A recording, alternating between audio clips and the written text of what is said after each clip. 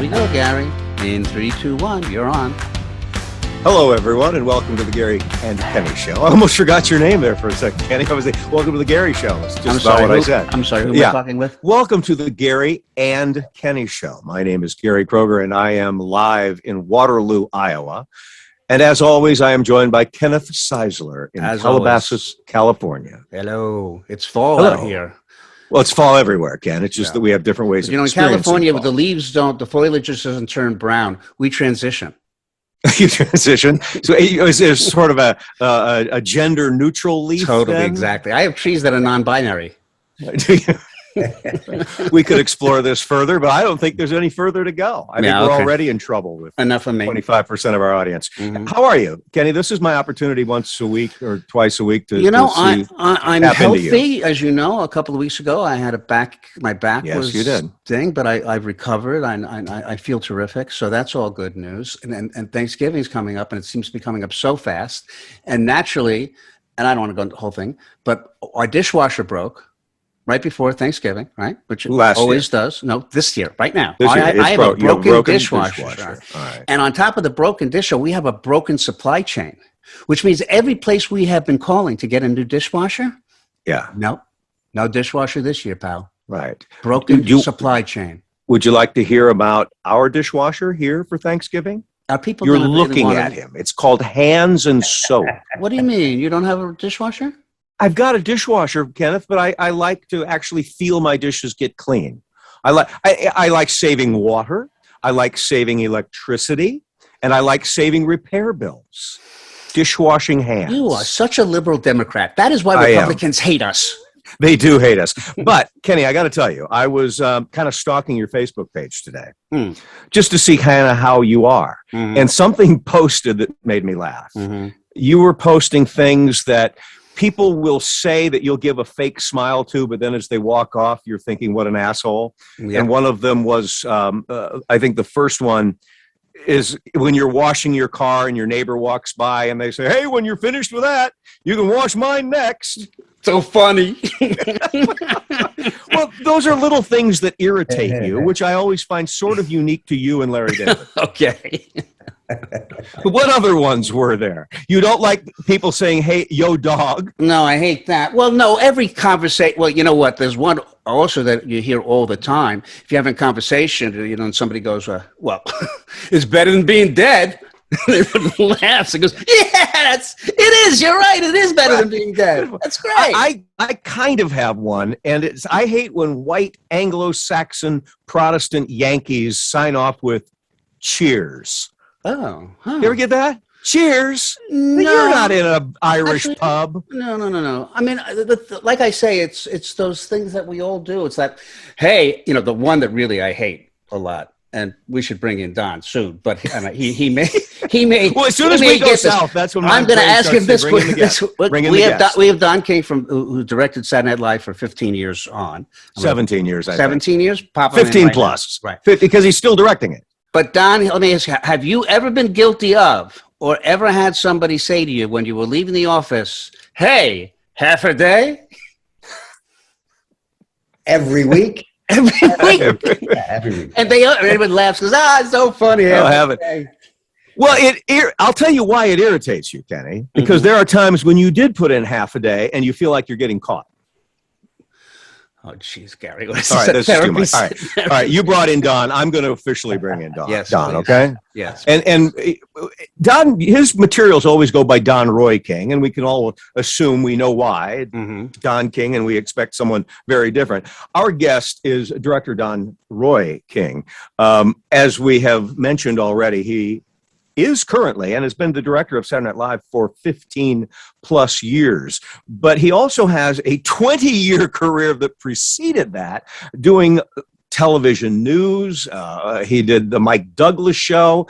He's got more primetime Emmys. He lines his birdcage with his certificates and Emmys. Anyway, we'll talk about what he's doing now and all the things and how we got here after we bring him on. So, ladies and gentlemen, please welcome Don Roy King. Hello, Don. And he's coming to us live from Studio 8H, if you did notice that. Well, now, Don, that looks very much like the 8H went back in my day. You didn't look up for an archival one, did you? We did not change anything. Not at home base. It looks exactly really not changed much at all, huh? correct. And the show itself hasn't changed much. The same. Well, have you? I will say this right off the bat: the last 2 episodes of this new season have been sensational, and some of the new talent has been sensational. Agreed. And listen, it's not always been that way, but I got to tell you, it's hard to sustain and to come back and to, stay fresh and funny. And I'm always amazed. I guess it's Lauren who finds these talent. I don't know how they find some of these people, but some of this new talent is just phenomenal. What's the guy's name? James. He just did Trump this past weekend. Yeah. He's impressive. Yeah, he's funny. Yeah, he's brilliant. Yeah. It's a new level from what Alec was doing, which was very funny. But it's much more like we're actually looking at Donald Trump now. Yeah, I agree. His Biden was pretty good too. Yeah. He's where quite he came from, Don? He just got a little notice in New York Magazine about who he is and where he came from. I think he was just a stand-up guy who did mostly impressions, and our talent department found him. Yeah, well, he was a TikTok phenomenon. Oh, that's right. Yes. We've talked about that a lot, Kenny, about becoming a star with TikTok. Well, he is exactly a shining example of that. Well, before we get into that, I want to get into you, Don, because, I did SNL. I don't think you're allowed to look at those archives. I think they're in a vault under cement below, 30 Rock or something like that. I've seen several. But, the way we did the show was the same way Davey Wilson directed the show and blocked the show, and the way we used cameras. So I'm curious, because we talk about the casts evolve and things like that, but you were saying the show is essentially the same. Well, is it? I mean, is the way you put a sketch to the floor the same way we did it back in the day? In lots of ways, yes. Most of that is because of Lorne Michaels, who I find a remarkable guy who is brilliant and refuses to coast. I mean, I don't know anyone who doesn't like to coast. You say, well, this one's going to be easier this week, or we're already coasting, me and Kenny. Yeah, and I love to coast too. But Lorne refuses. Every week his stomach is knotted up the exact same way, and he's just as crisp and mean and nasty and demanding, and he insists the show be that offends people, and that it continue to be current, and that even the musical talent has to be up to date and recent. And I find it remarkable that he just has that. Is during the live show? Is he there with you in the control room? He is not, thank God. He is, he's on the floor, and he does some directing from the floor, especially during dress rehearsal. Can you walk us through a week? We've had people who've been on the show, obviously Gary, and some writers who have been on the show, and tell us what their schedule is. But I'm curious what the director's week is. What happens on your Monday? Monday used to be a meeting where Lorne would bring in all the writers and the host, and we would spend an hour in his office just throwing out pitching ideas. Most of those ideas never evolved into sketches. They're primarily designed, I think, to scare the host. We just throw out all these impressions he has to do and all these characters he has to play, and it all happens in 90 minutes. Plus, he has to go out and shoot a couple of digital shorts or commercial parodies in that same time period. But that's all we would do on Monday. I wouldn't even go in on Tuesdays. The writers would show up at 5 or 6 and work all night and write sketches. I'd come in Wednesday morning. There'll be a pile of sketches on my desk, as many as 40 of them that have been churned out overnight. We would go in. We go into it used to be one big writer's room. We now do it in the studio for COVID reasons. Oh, really? We spread out in 8H and read all of those sketches script in hand.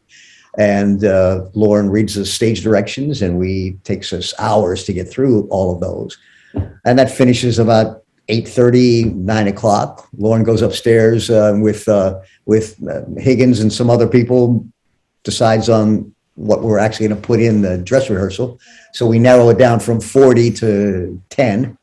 And And then when that meeting is over, I take the selected scripts and for the first time pass it on to the set designers and the hair and makeup people and the wardrobe people and the special effects people. And the first time they're seeing this is Wednesday? Is that what it is? Right. Wednesday first time you're hearing it. Wednesday night. They start from scratch. And we come in Thursday and rehearse the guest band and record some promos and then do some simple sketches that don't need, we can use standing furniture and props and block some simple sketches through Thursday. Come back in Friday. Now we have some more props and stuff to work with and rehearse everything else straight through the day. Are you recording any of your rehearsals? We record them just to be able to check back on them. They're nothing more than showing the set dressers later on. Don't put a sconce over this person's head here. That's the only purpose of recording. And then we rehearse weekend update, or rather we rehearse not the weekend update because that doesn't even get written until Saturday. Right. We rehearse the cold opening, usually the last thing on Saturday because it probably hasn't been written until Friday evening. So we started again then on Saturday, and now everything is there. The whole studio's filled with props and furniture and sets, and there's still painting stuff. And we rehearse every sketch, quick run through.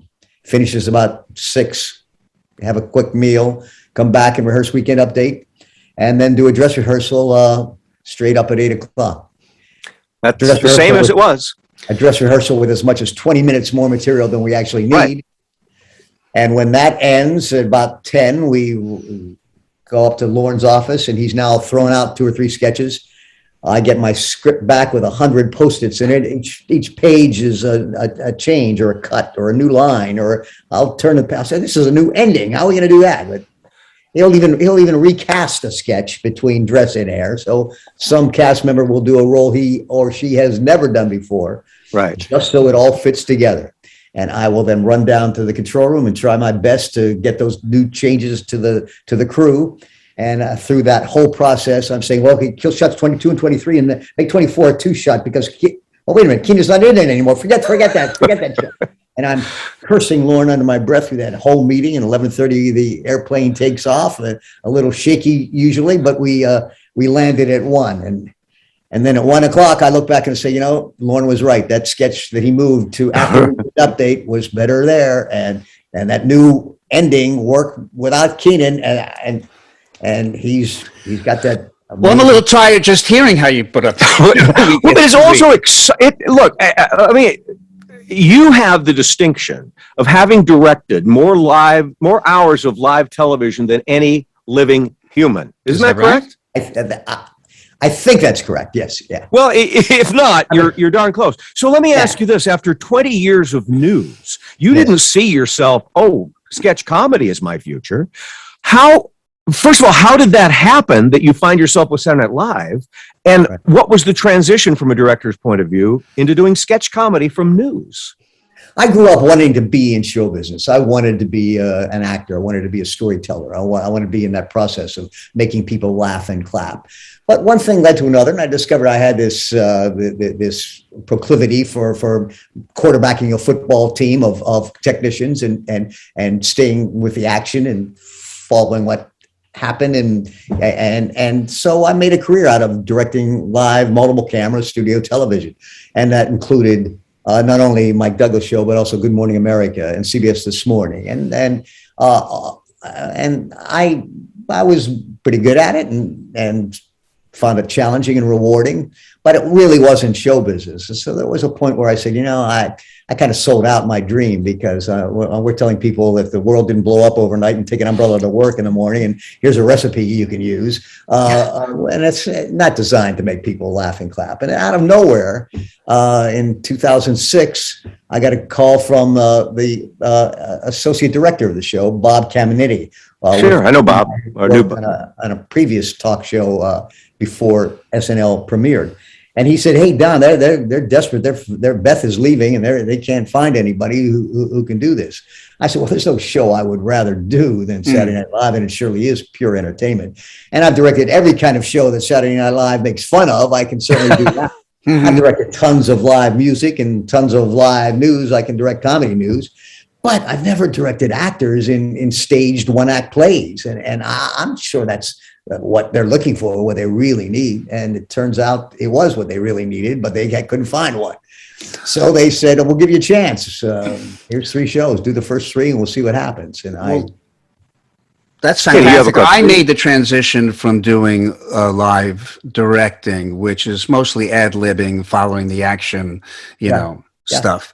But when you go into scripted now, you're creating, you're working with your AD and you're creating shot numbers. It's a totally different type of things. How did you make that transition? Now I have a script. Now I have to mark my script, and now I have to number it. And now instead of staring at the monitor, I'm looking at my script, and I'm listening to the AD and the numbers. Right. Was just that on the job training for you? It was. Unlike the way we're doing the transition now, Beth was hired just to sit over my shoulder for 3 shows, and I directed those first 3 all the way through, including all of those numbered shots and all of those staging of the sketches and Weekend Update and all the live music. And it was a steep mountain to climb. And in fact, when I was offered the job, I stopped and said, wait a minute. Do I really want to have butterflies in my stomach again? Do I really want to take the risk of failure? I'm pretty good at it. I've directed morning television for 21 years, and I'm good at it and I like it, but man, I'll step in there. I could fall flat on my face. And however, I'm thrilled that I took the risk, and I did so because I decided there's no worse emotion than regret. And I thought, if I don't do it, if I play it safe, 5 years from now, I'll look back and say, oh, maybe I could have done that, or why didn't I try? So I started and I got through it, and I learned on the job, and it got to end up the most challenging and rewarding and thrilling work I've ever done. And it is certainly makes people laugh and clap, and I feel a part of that. Well, I know that what happens, again, Gary, interrupt if there's different types of directors that do live event kind of programming, and scripted, or sitcom where you're directing on the floor, and, that kind of multi-camera. But one thing I will say, and I mentioned to Gary, is I'm never more nervous than when you're doing a live event. So Don, let me ask you this: for all the years did you still get nervous right before a show? I don't think I would say, Gary, I used to get nervous before the show, and he'd go, "Why?" But you do. You get so nervous, right? Yeah, exactly. Yeah. Well, those are the butterflies that I didn't want to come back, but I'm glad they are back, and I love that challenge. Yeah. Well, I got to watch Davey Wilson, and Davey Wilson was, of course, the pioneer, really, of directing that show. Right. And I loved him. We became good friends, David, because a lot of my material was always cut, so I would go back and watch Davey work. But I loved watching him block and camera block. But, the show is maybe a little different than what you expected. I'm going out on a limb here, because the writers really produced their sketch. Correct. And so I wonder, was the process what you wanted it to be? Did you have to adapt your expectations of directing to the reality of Saturday Night Live? Yeah, it's a great question. And the answer is absolutely. I went in thinking that I would be directing in the sense of not just staging, not just shooting, but directing and talking about character and space and relationships. And I found that because the writers are given that responsibility, that I was sort of left out of that process. And in hindsight, I understand why. And I'm concerned about 10 one-act plays, and each of them is just concerned about one. Right. And that's one that they created, and they have a real strong vision of what that should be and how it should be performed. And so I'm working for those individual producer writers, and now I understand it and can bend with the wind, but it was a little tough at first. This question's for both of you directors, my director friends. What happens when things go up? Guest host gets nervous, drops their line, they go to the wrong place. When you literally have to improvise, and you were saying you're pushing the numbers and things and looking at a script, what happens when you guys have to direct something that you hadn't prepared for? Does that make sense? I mean, if the reality is if you've got it in your chops, and it's actually sometimes could be the most fun thing to ad lib and go off the script. I mean, I've had that happen where it's like, okay, we're ad libbing now, and you just go to a wide shot, and everything works out. Yeah. And if it's really bad, then you're just waiting for the producer to say, "Go to a commercial." Go to a commercial. Right. Yeah. It doesn't happen as often as I would have imagined when I first started. Certainly not at Saturday Night Live, because despite all of the changes that happened from Wednesday till Saturday night, everything ends up on cue cards, and the cast is very, very religious about sticking with it. And we've had a couple of occasions where a host will lose track of where he or she is. We've had some occasions where there was a set problem or a prop missing, or we did a flying segment once where Cecily got trapped. But it doesn't happen often, and it's such a good, well-oiled machine, and the crews, the best at what they do, and the stage managers are really fine. Well, I remember a couple times when things would go south. Lines would get dropped, and all of a sudden, actors are changing blocking and things like that just to save the sketch. Yes. And it would seem that Davey would choose to reveal the mistakes over trying to save it. Does that make any sense? In other words, you kind of knew that this was going to go on America's Funniest Bloopers or something, and so you'd let the mistake happen. Yeah, right. Well, a similar kind of parallel story is that I was told very early on that Lorne did not like cast to crack, to break character, the Jimmy Fallon, to go up, especially Jimmy. He did a lot, and that he found that perhaps sometimes it makes it funnier because the audience realizes that there is a mistake here and they're in on the joke, but they're now laughing at the cast member. They're not laughing at the writer's intended character, and so he frowns on that as a general rule. But I once there was a Family Feud where Jimmy Fallon was playing someone from the other side. The host was playing Jimmy. Jimmy, on the other side of the Family Feud, was cracking up at the impression of him that was being done. And the whole studio audience was laughing at Jimmy, laughing at himself being parodied. And I thought, well, a home audience is going to wonder, what are they laughing at? This line is sort of a setup to a joke, and he's doing a decent Jimmy Fallon impression, but it's not triggering all of that laughter from the studio audience. So I thought, well, I've got to show the people at home what's happening, and cut to Jimmy cracking, clearly breaking character, and clearly laughing at the situation. I did not hear any feedback from Lorne regarding that breach of his rule, so I guess it's a bendable rule. Well, yeah, you that seemed like the logical thing. I would have felt cheated as an audience member if you hadn't. But that's exactly what I was talking about. You served the comedy of the moment that was happening in real time. That's exactly right. Yeah. Just in regards to the multi-camera director versus the single camera director, because I've made that transition. Yeah. And the reason, and it was very difficult for me to make that transition because everybody would say, oh, you're multi-camera, you don't know how to do single camera. Yes. Which I always find interesting, because multi-camera is, you have to deal with all of these cameras. The first time I got to direct single camera, I think was Even Stevens.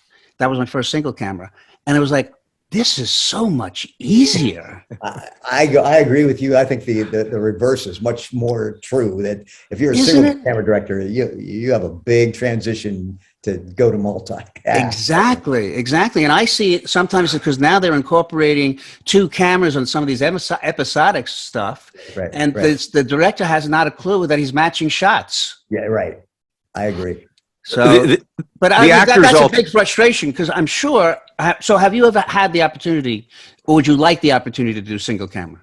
I have had the opportunity, and I enjoy that. Right. It's not quite the same adrenaline rush, Right. But I like the control factor. I love the control, being able to get inside of the proscenium, you know? Exactly. Yeah. Exactly. Yeah. The actor's equivalent to that is, well, you do comedy, you can't do drama.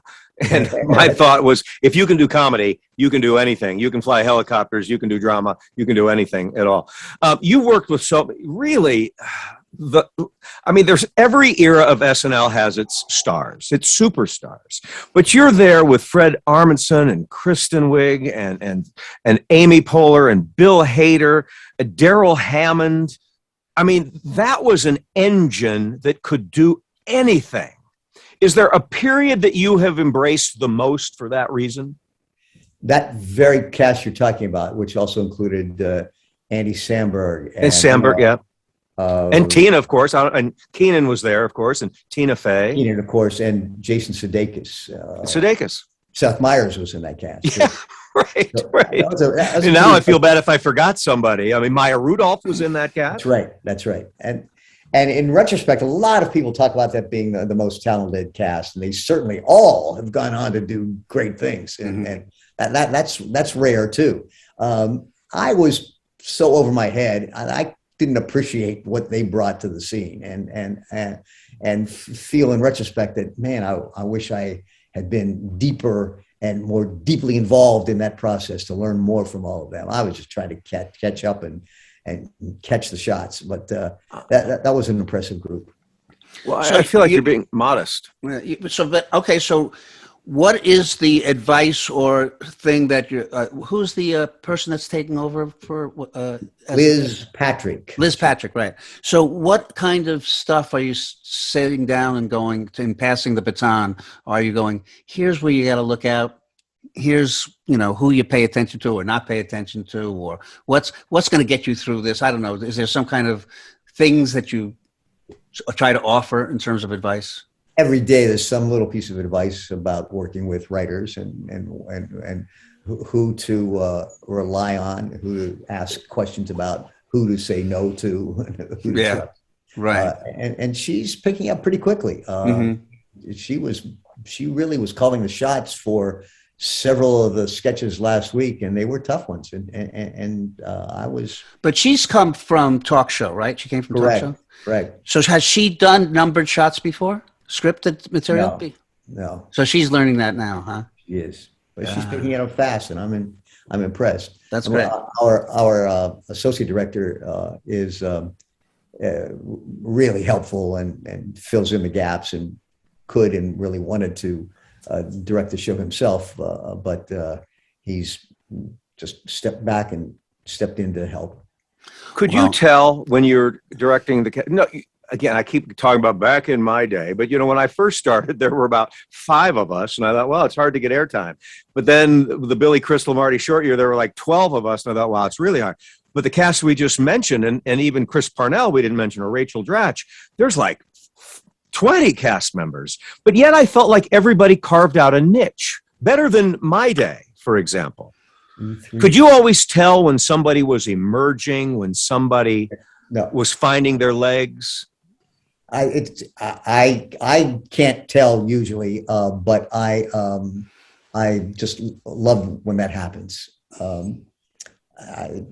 Kate McKinnon, who is essentially a very kind of a shy, retiring person, and she just comes to life and brings these characters with her, much like Kristen Wiig did, and much like Kristen Wiig is. And it's just remarkable to see, and I love that. I mean, even Lawrence says that as good as he is at selecting new cast members, he doesn't always He doesn't always pick the right one, and that it takes at least a year of exploring their chops and to find out whether there are writers that can write for them and if they have characters that are worth repeating, and even the good ones we have now took some time. All right, let's go into some gossip. And Don, if you don't want to talk about it, that's fine. Of all the hosts, which one surprised you the most in terms of they were so good I had no clue, or they were so bad I had no clue? Yeah.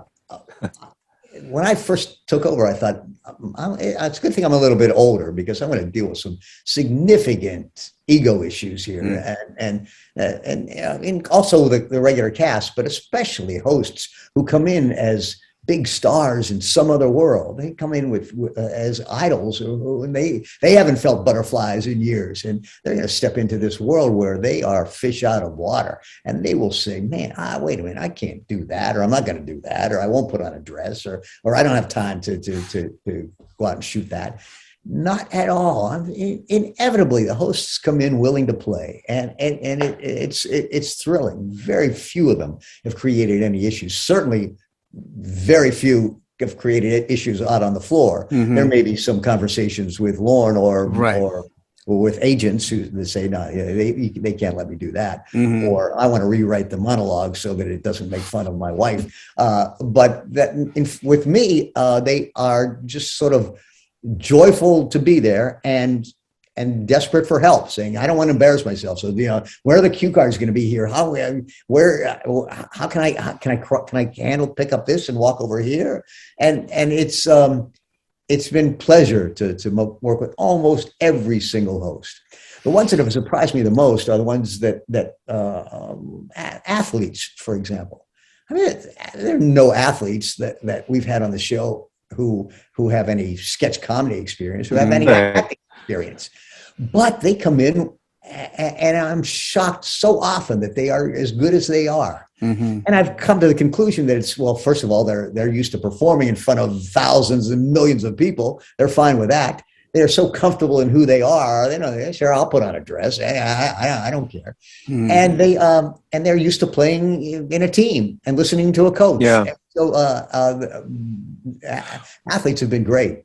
I've always, who I liked? I liked the hosts that you didn't expect much from. George McGovern, Ed Koch, the mayor of New York, Jesse Jackson, because they stayed within their lane. And we just sort of created the sketch around them. We became the characters, and and those were very strong shows, in my opinion. Well, sometimes better than the the controversial hosts recently, I guess, were Elon Musk, right? Yeah. That was a little controversial. Yeah. And the Kardashian, wasn't that also a little bit? Yeah. Was she controversial simply because she seemed like a strange idea, not because I think so. She's truly controversial? She was better than we expected, and sweet to work with, and she was. Well, that's nice to hear. She was charming, yeah. And Elon was kind of got away with it because he was a little self-deprecating, which I thought helped his cause quite a bit. Well, I was shocked when the monologue was rewritten, and the first time I heard it was in dress rehearsal when he said, "I'm probably the first host who has Asperger's." Right. And I thought, oh my God, that explains so much, doesn't it? And as soon as it came out of his mouth, I said, well, he may be the first to admit that he has it. Okay. Well, it worked. And he added that line. That was the next. Yeah, line. I now start every meeting with "I have Asperger's," and I win the crowd. Has there ever been anything that happened that you just couldn't deal with, that just was unfixable on the fly? Was there a moment of panic? Like, we're not going to get out of this? Only in terms of timing. As I said, we go into dress rehearsal 20 minutes long, but we'll go into the air show 5 or 6 minutes long.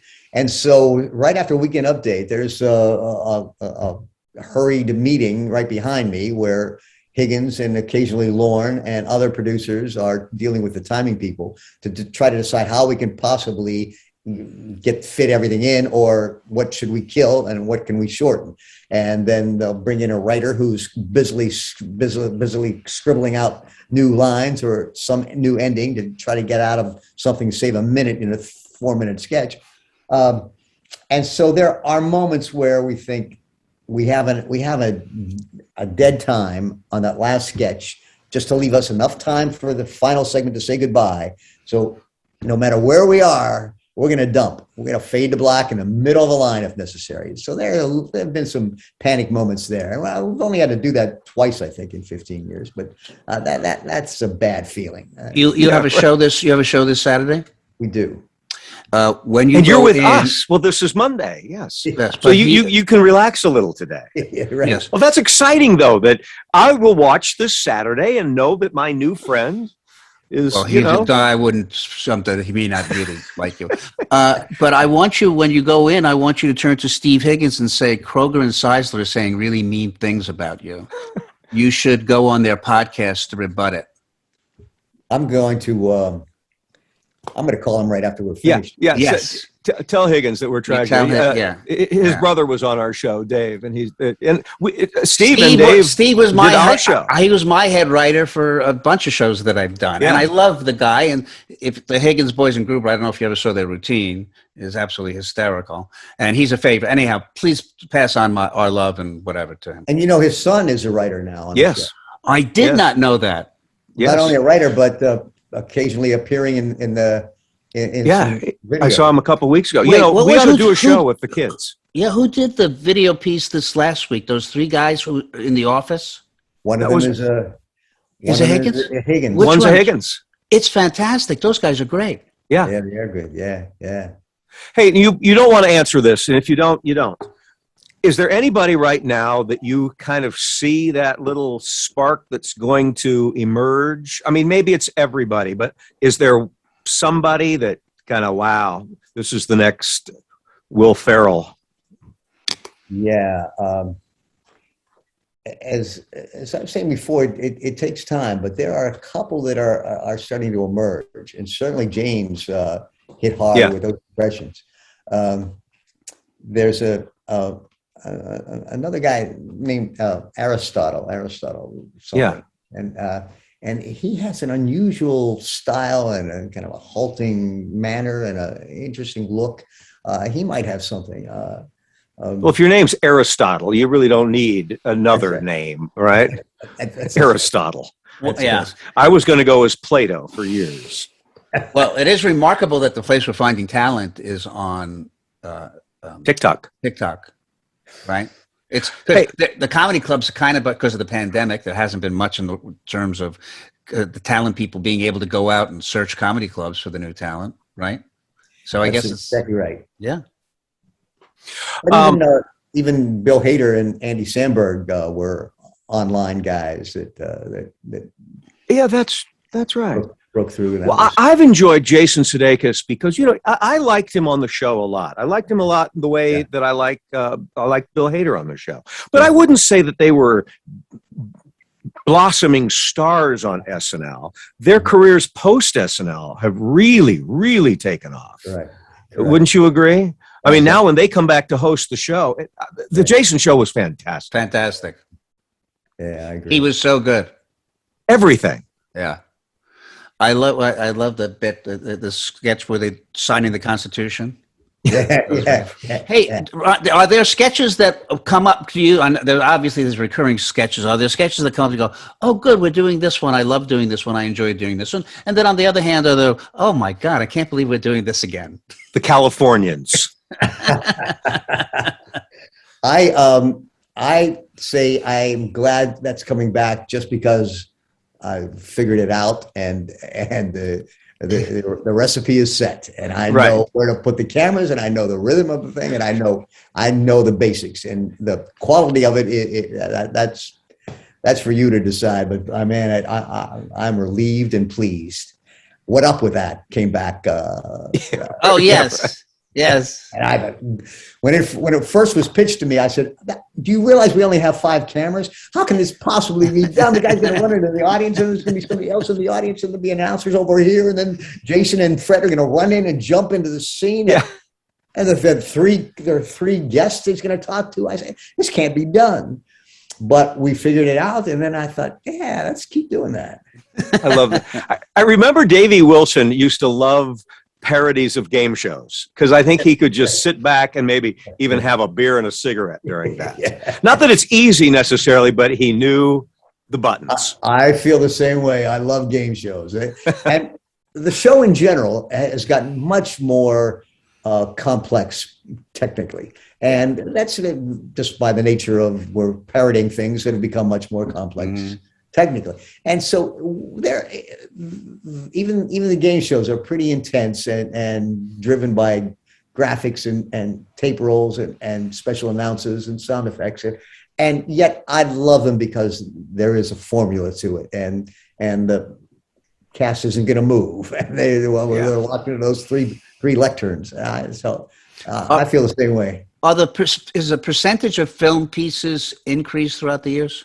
Yes, not a lot, but it's bigger than it used to be. Yeah, and that process is remarkable too. They don't get their scripts. They don't know what they're doing until Wednesday night either. And then the first time I see them is in dress rehearsal. I say, "Oh man, wow, how did they get those special effects? And how did the production values in some of those is great." Yes. Well, the production value's gone up a lot. I mean, back in my day, you'd see the same three flats in everything. The sets really look better these days than they did. It looks like a lot's going into production and design. And some of that is young writers who come in and say, well, let's try this. And I'll say, well, no, we really can't do that. But have you wanted to direct any of these film pieces that they go, or you just don't have the time? I don't have the time. Right. But the answer is I would love to. That's a whole separate skill set. And I have done some of that over the years. And as I said before, it's a different kind of butterfly that flies in those moments. But I love that challenge and love the. I know, but it just, again, I go back to the idea that people will pigeonhole you into sort of thinking that you do this, therefore that's the only thing you can do. You know. That's right. Sure. Yeah. Well, before we get into the future, which I do want to talk about what's next. I was back at the 40th reunion. I suppose there's going to be a 50th before you know it. Every year, it's like, well, this is the last of Saturday Night Live. It's the last. Do you see this going another 20 years and beyond, or is this in perpetuity? I see it going to the 50th. And it's without any inside knowledge whatsoever. I just think that's what Lorne would like to do, take it through that 50th anniversary or the 50th year, and that will be it. I can't imagine. And then that would be it? I think, just a guess. No, I don't know if this is going to be interesting to the audience, but I'm going to bring it up. The culture of the control room.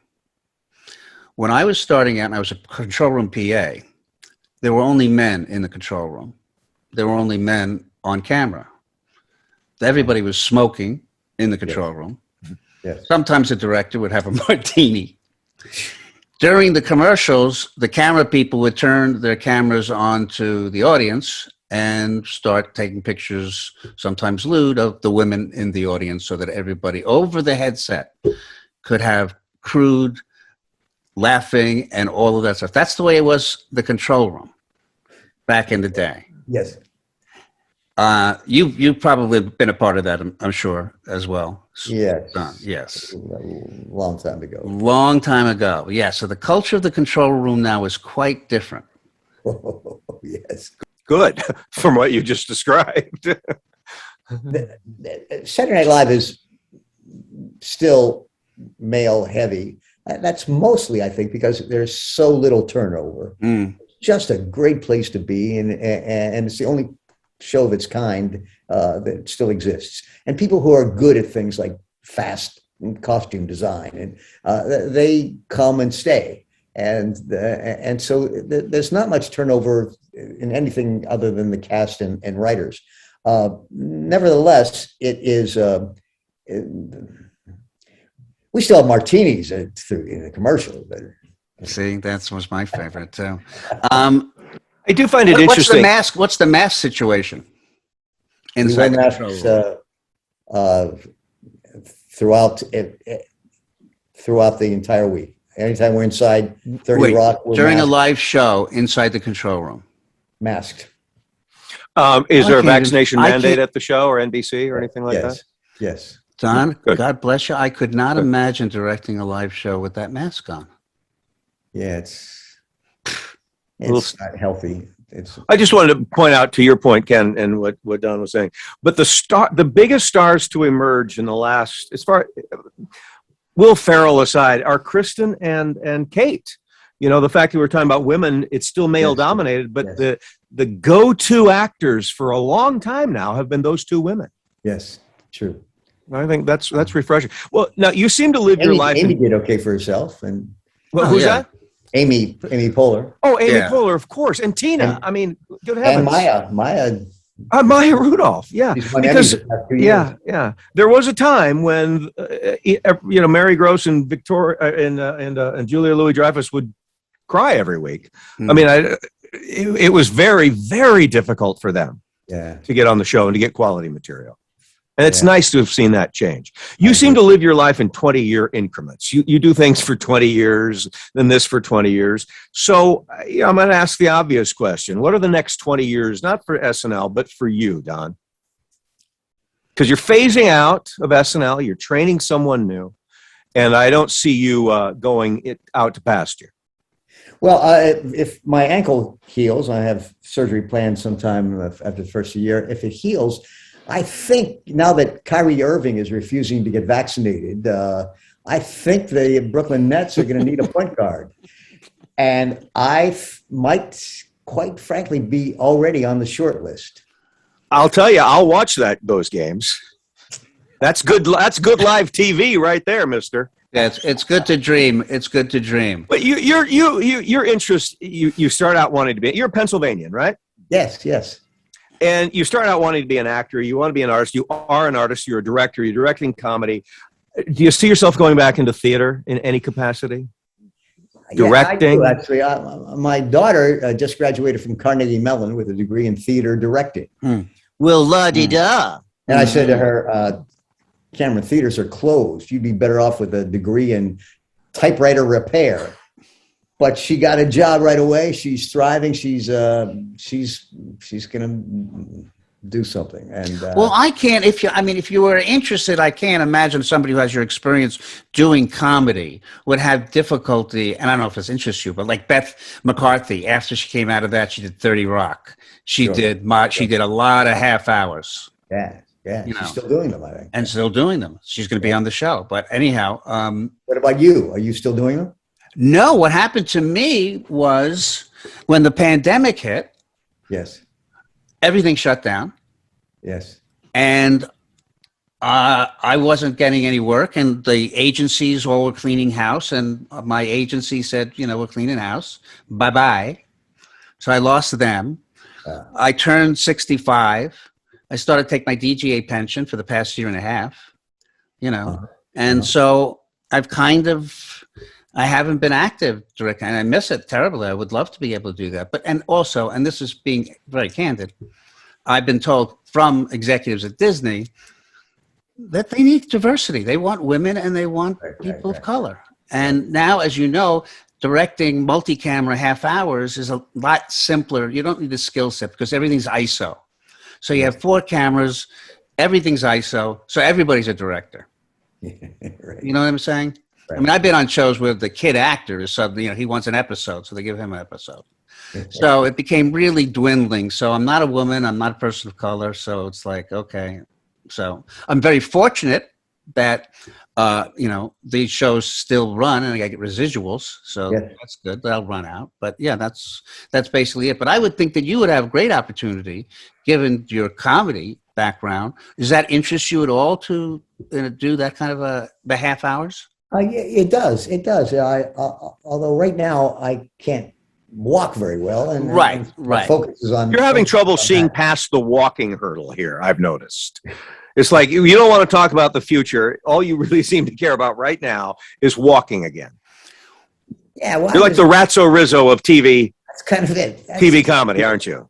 I'm walking here. Yeah, but Don, for a while there, when I was on a show for a long time, I had an agent, but they didn't do anything because I was locked in a show. I was never available. Do you have an agent? Not really. No. I never have.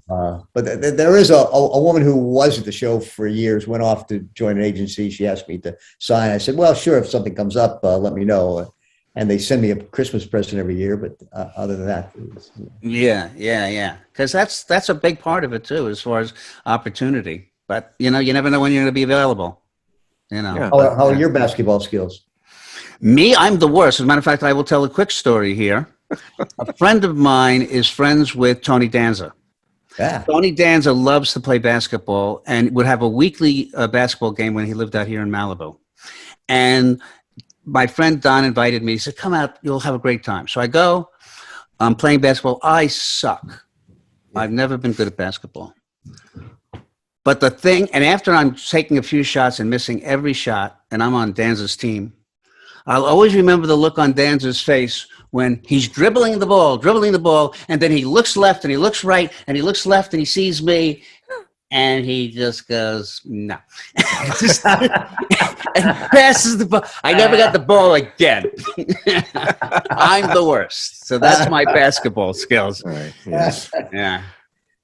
Well, short of the, I feel my chances are better with the Brooklyn Nets. So thank you. Well, listen, I'm a New Yorker. I'm from, as well. Sure. But the thing is, what's with the Jets and the Giants? Whoa. And not the Knicks, and this is the number one market in America, New York. When I was a kid growing up, those were the teams. We were powerhouse from the Yankees, Yes, we had the best teams.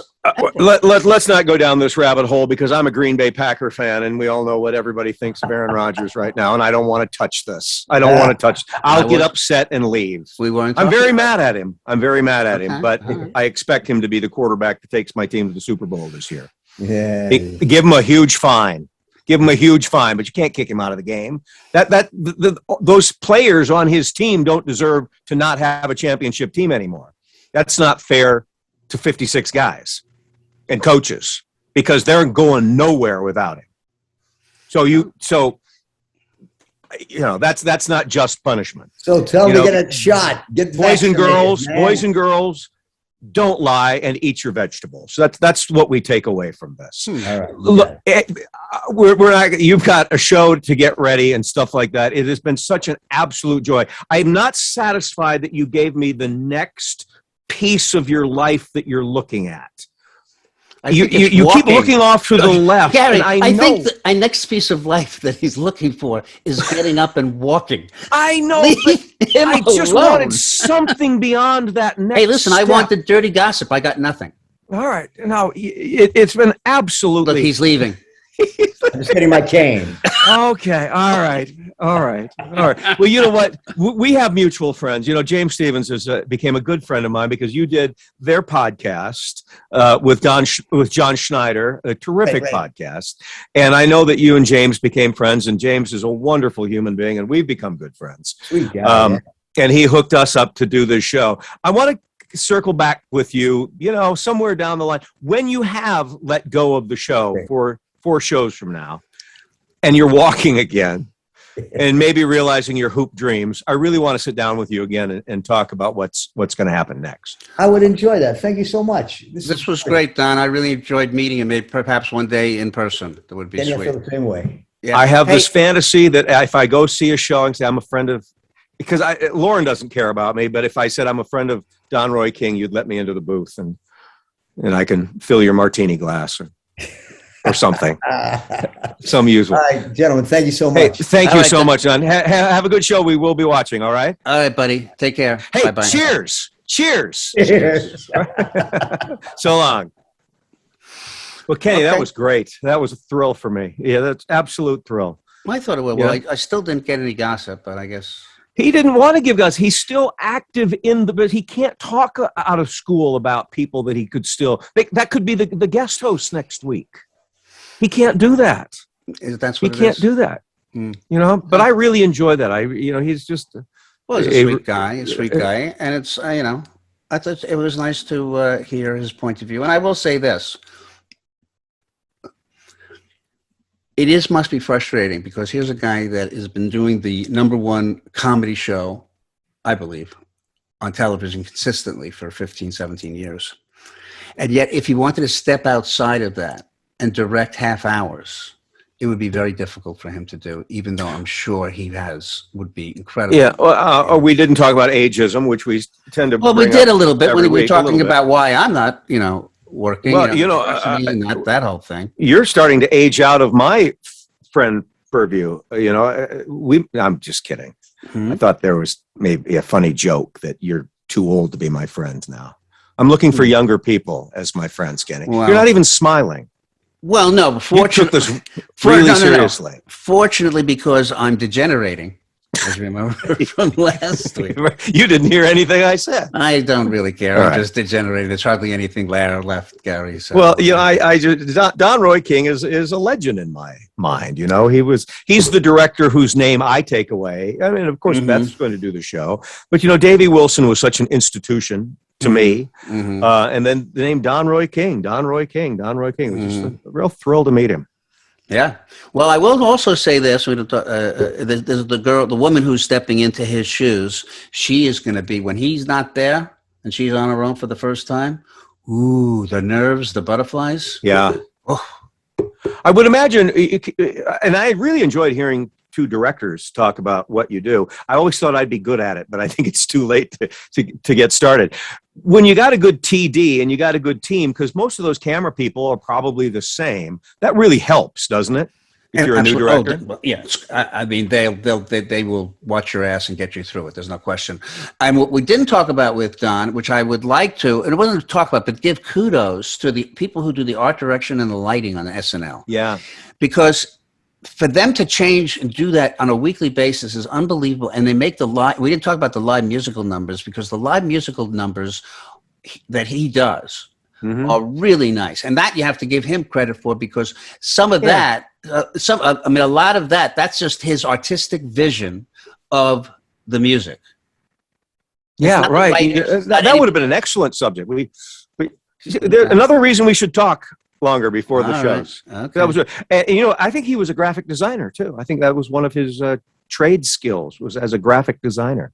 Well, I think he even won some awards for designing. I don't know him, but anyway, yeah, Google him. Well, we could go on, but that little bell in my head is saying this is probably a good place to get off. So, ladies and gentlemen, thank you so much for watching, listening, and watching, whatever you do. We're on all major podcast platforms. I go through these every week, Kenny, and I Apple Podcasts, iTunes, iHeart, of course, DBNA, streaming television. We have a YouTube channel. You can find us on all those, and please subscribe. Your subscription goes a long ways. That little number adds to our credibility? Well, I would like to be able to know. We knew, and this is my fault. No, I'm going to blame you. When we knew we were going to have Don on the show, we should have posted, please submit questions, because I would be curious to hear. That would have been, Kenny, you can include this part. We learn as we go. I mean, that's a very, very good idea, and that would enhance the show. That is something that we should do. Yeah. We've got some good guests coming up. In fact, another SNL director. Anyway, you got to go. I got to go. Everybody's got to go. Thank you, folks, for tuning in. And we will see you next time on the Gary and Kenny Show. And we're gone.